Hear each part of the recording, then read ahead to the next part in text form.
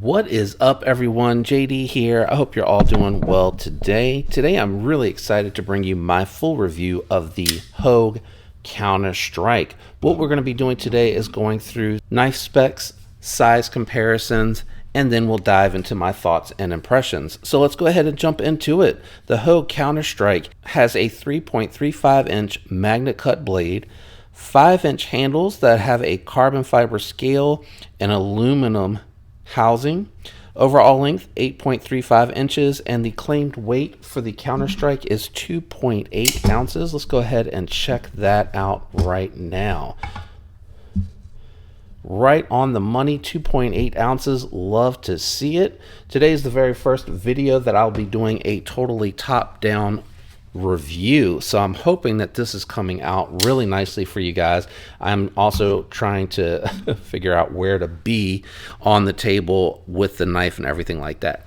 So I normally am a folding knife channel. I do some tools and other EDC gear, so I don't have very many OTFs, and part of that is because just recently, thanks to Knife Rights, we are allowed to carry automatic knives. So I have now just my second ever OTF, and I'm very excited to go over with you today. So let's go ahead and do some size comparisons. First, we're going to bring out the Demco AD 20.5. We will go from the heel of the knife. I'm not going to include the glass breaker because they do include a different little pivot screw there that you can use for the pocket clip so that you don't have to have that on there. And then we'll bring out the Spyderco Shaman, which is an 8-inch knife.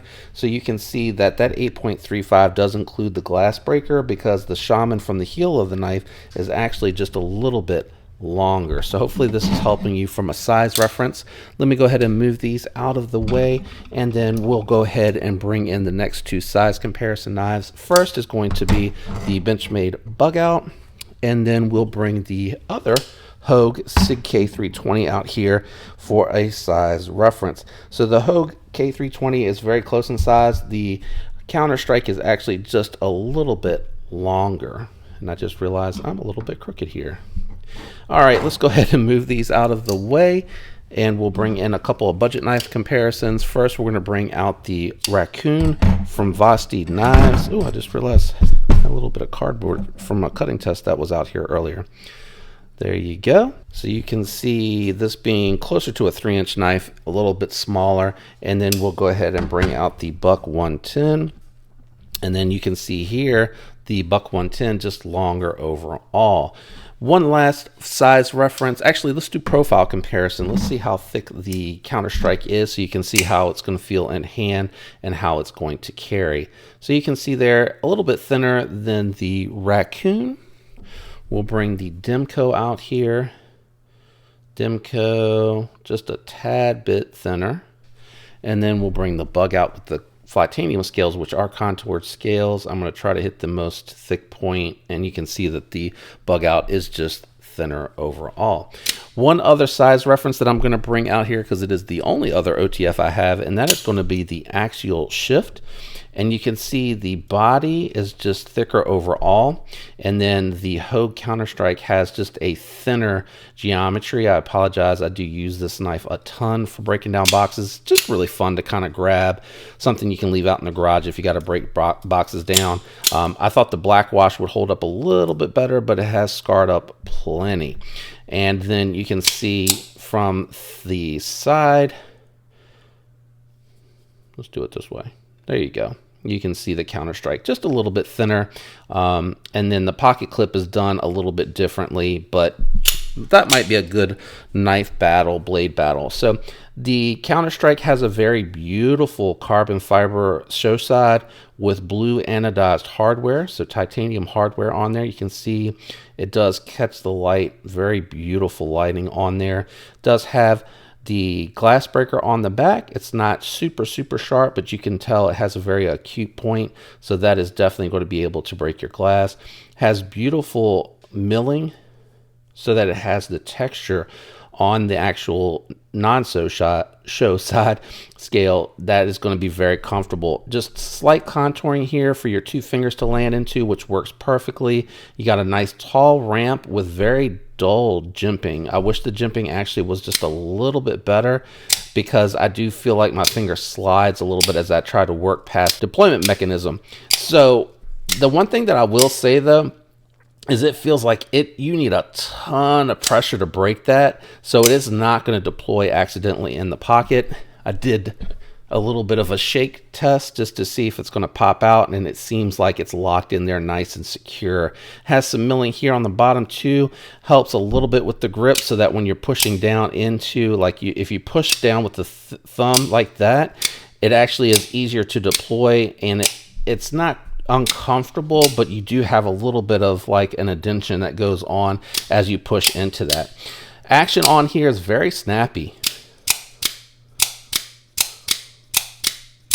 Works really, really well, has great sounds, and again, super lightweight. I really like this one a lot. That's saying something, because I really enjoyed the actual shift. I feel like it's a very well-made USA knife. This here, though, is on another level. It has fantastic action. Let's see here.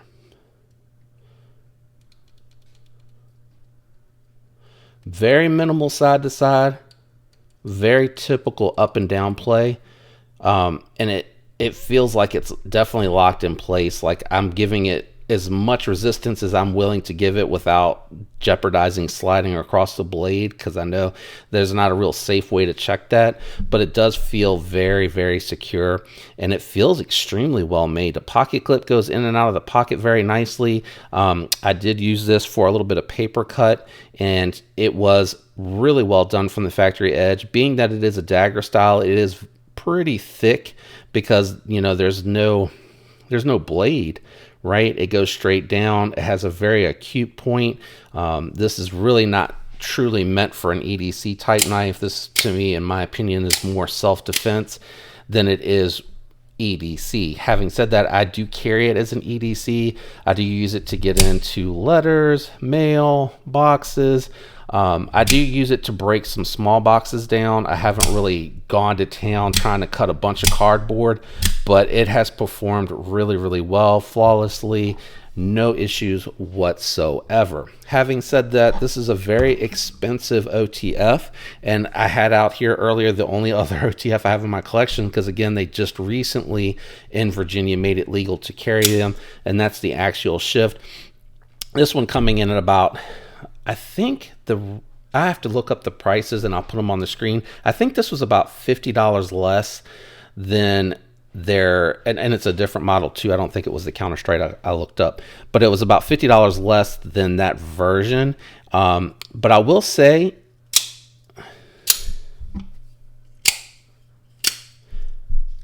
this hollowed out sound,